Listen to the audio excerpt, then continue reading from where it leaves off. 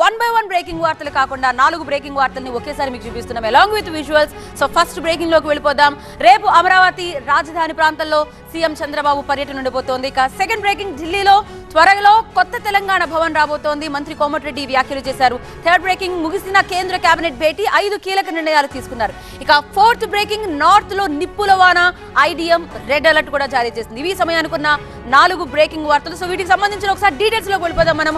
మొదటి బ్రేకింగ్, అమరావతి రాజధాని ప్రాంతంలో రేపు సీఎం చంద్రబాబు పర్యటన ఉండబోతోంది. ప్రజావేదిక నుంచే సిఆర్డీఏ ఆఫీస్ వరకు విజిట్ చేయబోతున్నారు. డ్యామేజ్ అంచనాలు బట్టి కొత్త టెండర్లపై ఒక నిర్ణయం తీసుకుంటారన్నట్టుగా తెలుస్తోంది. సెకండ్ బ్రేకింగ్, ఢిల్లీలో త్వరలో కొత్త తెలంగాణ భవన్ రాబోతోంది.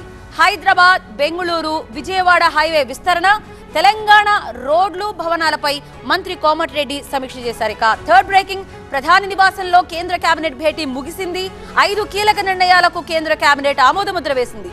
14 పంటలకు కనీస మద్దతు ధర పెంపు, వరికి కనీస మద్దతు ధర 117 పెంచుతూ కేంద్ర కేబినెట్ నిర్ణయం తీసుకుంది. ఇక నార్త్ లో నిప్పుల వాన అంటూ ఐడిఎం రెడ్ అలర్ట్ జారీ చేసింది.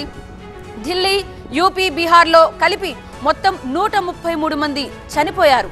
ఎండలకు బయటకు రావద్దని కూడా కేంద్రం సూచించింది. ఇవి సమయానికున్న 4 బిగ్ బ్రేకింగ్ వార్తలు.